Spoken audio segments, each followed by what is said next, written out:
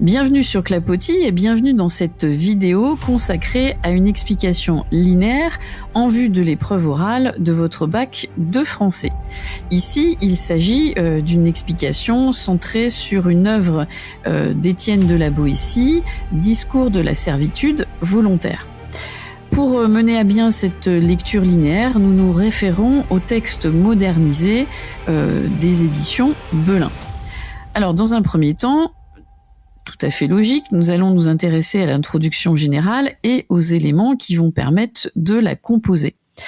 Commencer par exemple à évoquer l'idée que cette œuvre s'inscrit dans l'objet d'étude la littérature d'idées du XVIe au XVIIIe siècle, évoquer rapidement le parcours associé, défendre et entretenir la liberté, puis vous rappeler de façon très sommaire, je vous rappelle que vous n'avez à peu près environ que 2 minutes pour faire cette introduction avec la lecture expressive comprise, donc rappeler que ce texte, ce discours qui au départ ne s'appelait que de la servitude volontaire, a été écrit par un jeune étudiant en droit à la faculté d'Orléans qui n'a alors que 18 ans et qui va ici porter une réflexion sur la nature du pouvoir et en particulier le pouvoir tyrannique, et il va évoquer par là même la responsabilité du peuple dans son maintien.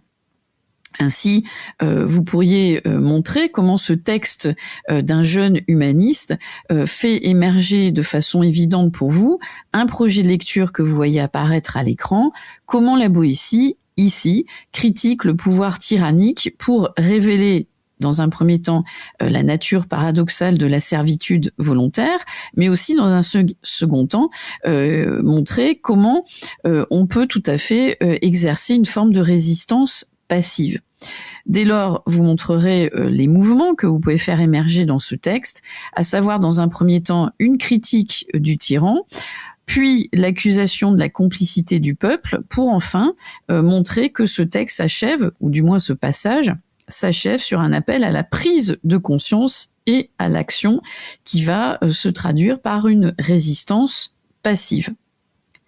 Passons donc au mouvement et essayons de faire émerger des procédés d'écriture significatifs pour montrer toute la saveur de ce texte. Alors, avant de débuter véritablement, on va montrer comment la Boétie use de façon habile à la fois des procédés significatifs de la conviction, mais aussi des procédés significatifs de la persuasion.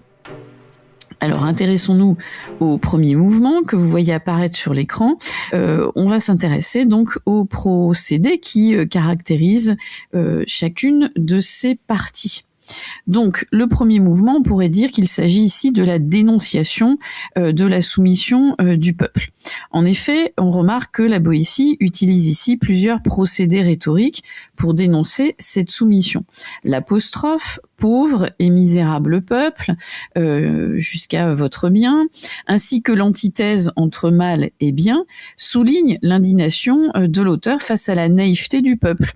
D'ailleurs, l'accumulation des verbes d'action négatifs, vous vous laissez enlever, piller, voler, dépouiller, ainsi sur l'ampleur des pertes subies. Et puis, on pourrait remarquer aussi, d'un point de vue stylistique, la double tournure superlative, le plus beau et le plus clair de votre revenu, ainsi que la métaphore simple locataire, qui dénonce, en somme, la dépossession totale du peuple qui est réduit à un état de précarité. Ensuite, la Boétie critique le pouvoir tyrannique en utilisant des procédés rhétoriques variés.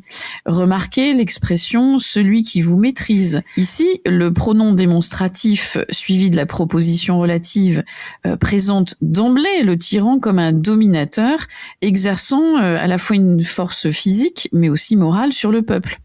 On remarque aussi la tournure restrictive n'a que 2 yeux, qui est réitérée, c'est-à-dire répétée 3 fois, la description réaliste du tyran, bref, la tournure et la description le désacralisent totalement et on pourrait dire presque le rabaisse à une simple description physique réaliste, finalement le plaçant, on pourrait dire au même niveau que le peuple.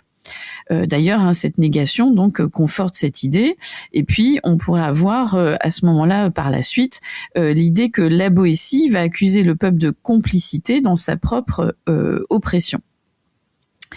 Alors, on remarque quoi ici? L'alternance, bien évidemment, des pronoms vous et lui, qui crée d'emblée une opposition nette entre les deux entités, c'est-à-dire le pouvoir et le peuple. Et on voit bien ici que se met en place une relation de domination qui met en évidence la complicité involontaire du peuple.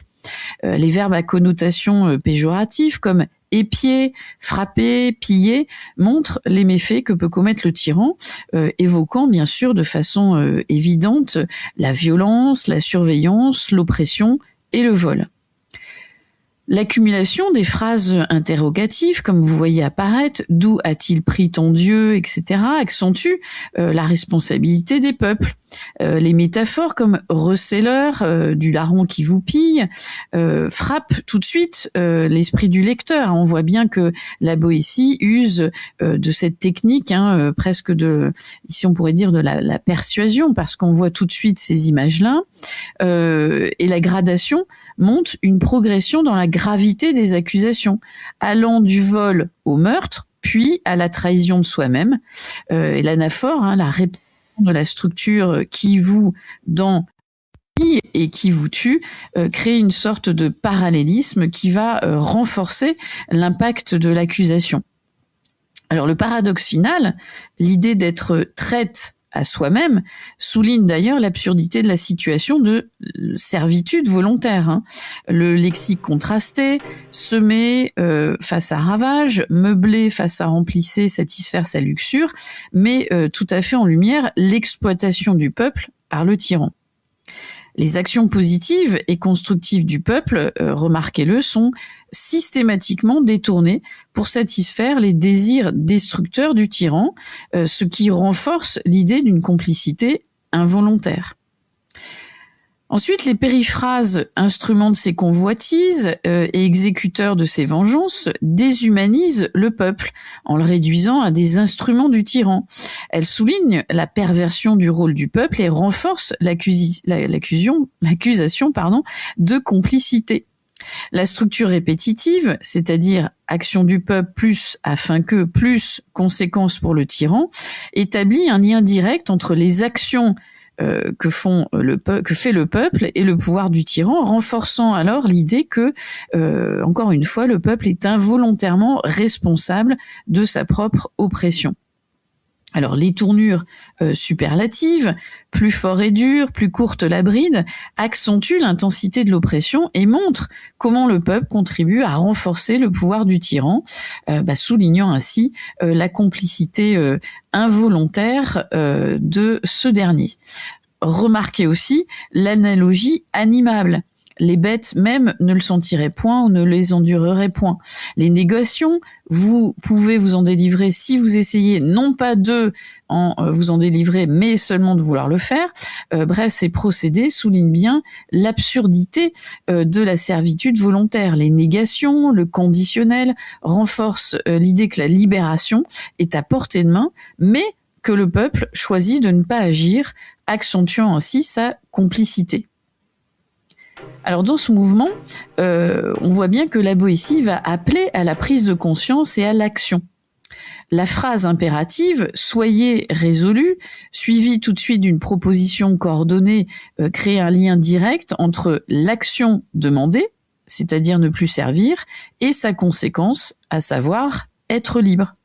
L'impératif souligne d'ailleurs l'urgence de l'action, tandis que la coordination montre la simplicité et l'immédiateté du résultat, renforçant l'idée que la liberté est à portée de main et elle dépend uniquement de la volonté du peuple.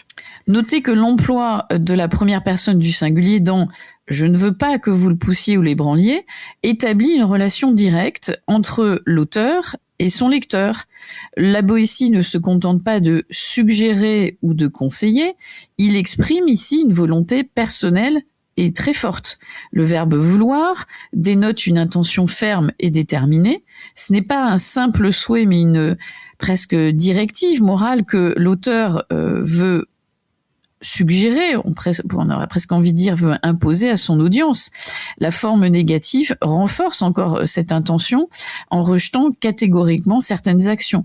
La Boétie ne laisse aucune place à l'ambiguïté, il rejette clairement l'idée d'une confrontation directe avec le tyran.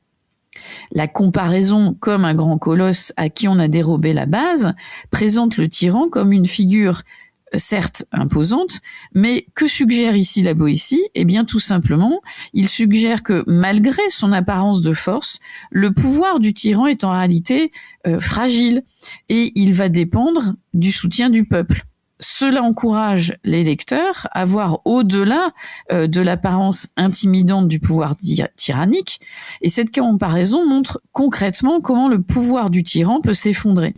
Elle met, cette figure de style, l'accent sur quoi ? Eh bien, la vulnérabilité du tyran et la simplicité de l'action nécessaire pour le renverser, démystifiant le processus de libération et le rendant donc plus accessible.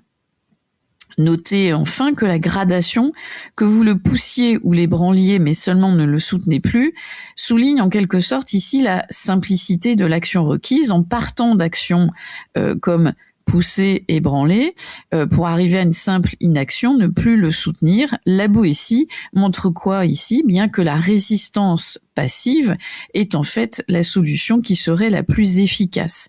Et cela renforce d'ailleurs l'idée que la libération ne nécessite pas forcément de violence, mais simplement, en fait, un changement d'attitude collective. La Boétie n'appelle en rien à une révolution, mais bien à un changement d'attitude collective, comme je viens de le dire, à savoir que c'est le peuple ensemble, tous ensemble, qui vont permettre de faire changer les choses. Pour conclure cette analyse, on voit bien que la Boétie utilise une variété de procédés rhétoriques pour critiquer le tyran, tout en mettant en lumière la responsabilité du peuple dans le maintien de la tyrannie. On voit bien que le discours est fort bien construit, on pourrait dire à ce moment-là que cela relève de l'art de la conviction, mais en même temps il utilise des procédés de la persuasion en usant, on va pas les énumérer de nouveau, mais de nombreuses figures de style. Il dépeint en fait ici le tyran comme un être ordinaire dont le pouvoir repose entièrement sur une soumission paradoxalement volontaire du peuple. Alors en ouverture, puisqu'il faut en faire une en conclusion, on pourrait très bien faire dire à ce texte que il nous projette dans un autre texte qui aura été écrit au XXe siècle, en l'occurrence le fameux 1984, écrit par George Orwell en 1949, œuvre dans laquelle on retrouve également une réflexion sur les mécanismes de l'oppression et la complicité du peuple dans un régime totalitaire.